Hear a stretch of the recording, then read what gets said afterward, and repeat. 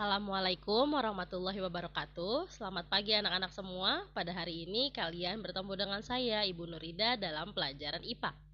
Sebelum memulai pelajaran, kita akan membaca doa bersama. Ikuti saya. Bismillahirrahmanirrahim.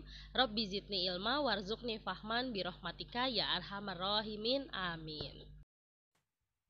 Oke anak-anak, kita akan mulai materi pada hari ini, yaitu adalah menjaga kestabilan suhu tubuh.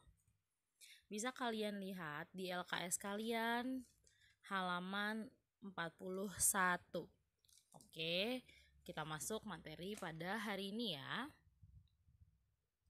Manusia dan hewan memiliki mekanisme tubuh untuk bisa mempertahankan suhu tubuhnya agar tetap optimal dalam berbagai macam kondisi.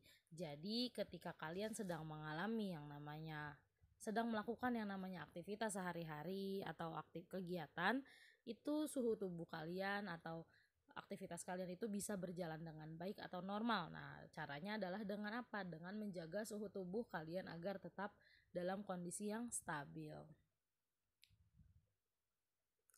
Mekanisme apa sih mekanisme itu? Mekanisme itu berasal dari bahasa Yunani.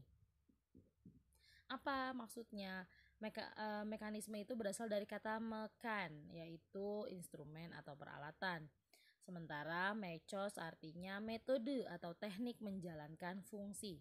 Nah, kan kita tahu ketika kita menjaga kestabilan tubuh ada beberapa hal yang dilakukan. Nah, maksud dari instrumen dan teknik menjalankan fungsi itu adalah gimana sih caranya kita, langkah-langkahnya untuk menjaga yang namanya suhu tubuh normal.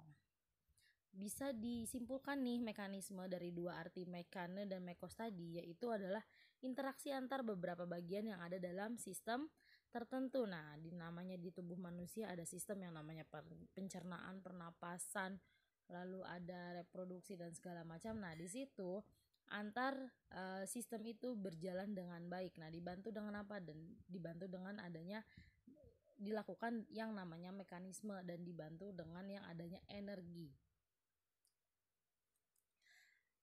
Kalian harus tahu, suhu normal pada manusia ketika bangun tidur di pagi hari itu adalah 35,5 derajat Celcius di pagi hari. Sementara di malam hari ketika kalian selesai melakukan sebuah aktivitas, itu suhu normal manusia adalah 37,7 derajat Celcius di malam hari. Sementara rata-rata manusia di bumi ini suhu normalnya adalah 36,7 derajat Celcius rata-rata suhunya. Kalau tadi kita membahas mengenai metabolisme, mengenai mekanisme langkah-langkahnya. Nah, di sini kita membahas metabolisme, gimana cara melakukannya, dari mana energi kita dapatkan. Nah, ternyata metabolisme itu adalah proses pengolahan zat gizi dari makanan yang telah diserap oleh tubuh untuk diubah menjadi energi. Jadi ketika kalian sarapan, makan siang atau makan malam, itu semua olahan makanan kalian itu diolah, diproses menjadi sebuah apa? Ada yang sebuah karbohidrat, ada yang menjadi sebuah protein, sehingga tubuh kalian menjadi lebih baik. Karena apa? Karena makanan yang masuk itu bernutrisi, sehingga tubuh kalian itu yang tadinya lemas ketika setelah makan mendapat nutrisi menjadi lebih semangat. Nah, ternyata zat gizi dari makanan ini menghasilkan energi untuk membantu kita melakukan sebuah aktivitas. Nah, energi ini digunakan dalam segala fungsi tubuh, dari bernafas, berpikir, bertumbuh, hingga setiap gerakan Anda pada saat melakukan sehari-hari. Itu dibutuhkan yang namanya energi. Mekanisme suhu tubuh manusia. Adapun dua mekanisme tubuh untuk mempertahankan suhu normal, yaitu saat suhu tubuh mengalami kenaikan dan juga saat tubuh mengalami penurunan. Jadi mekanisme atau tata cara kita menjaga yang namanya kestabilan tubuh itu ada dua, ketika suhu kita sedang meningkat dan juga ketika suhu kita sedang menurun. Mekanisme saat suhu tubuh meningkat. Nah, terjadi beberapa kelainan ketika terjadinya sebuah peningkatan suhu tubuh. Yang pertama ada vasodilatasi, yaitu adalah pelebaran pembuluh darah. Saat suhu tubuh naik, maka pelebaran pembuluh darah terjadi hampir di seluruh area tubuh, sehingga terjadi percepatan perpindahan panas dari tubuh ke kulit. Nah, bisa kalian lihat gambar di bawah. Normal blood vessel. Nah, di sebelah kiri itu adalah pembuluh darah yang normal. Sementara di sebelah kanan, dilated blood vessel adalah pembuluh darah yang sudah mengalami pelebaran. Karena apa? Karena adanya peningkatan suhu tubuh yang tidak stabil. Yang kedua ada berkeringat. Keringat yang keluar melalui lapisan kulit terjadi sebagai akibat ketika tubuh kita mengalami peningkatan di atas kritis. Jadi kan tadi suhu normal sudah kita pelajari 35,5, 36,7. Nah, di sini ada 37 derajat Celcius, yaitu melebihi suhu normal manusia rata-rata. Berarti harus kita turunkan. Nah, turunkannya caranya gimana? Yaitu dengan kita misalnya, kalau kamu tahu atlet ketika dia olahraga kepanasan, tubuhnya itu ditempelkan es batu. Nah, itu bisa seperti itu. Atau ketika berkeringat kalian berdiri di depan kipas angin, itu akan menurunkan kadar suhu tubuh kalian. Penurunan peningkatan panas. Mekanisme yang menyebabkan pembentukan panas berlebih ini ditandai dengan adanya tubuh yang menggigil dengan kuat.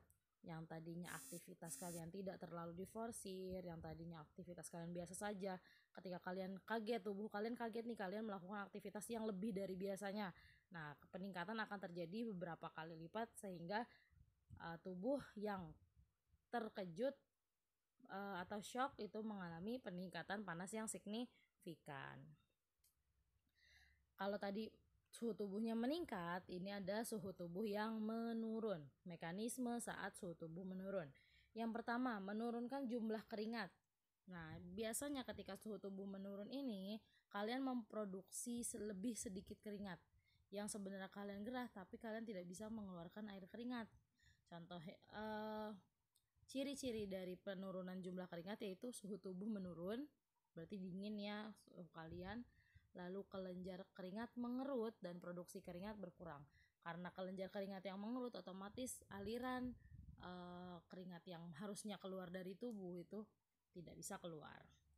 Selanjutnya ada peningkatan pembentukan panas. Metabolisme meningkat hingga menggigil. Nah, cirinya ini ketika metabolisme atau gizi, energi yang dihasilkan dari gizi dan dari gizi itu terlalu berlebihan. Nah, sehingga membuat tubuh tidak bisa menerima dan akhirnya menggigil dengan kuat. Lalu yang ketiga ada menaikkan suhu tubuh atau set point.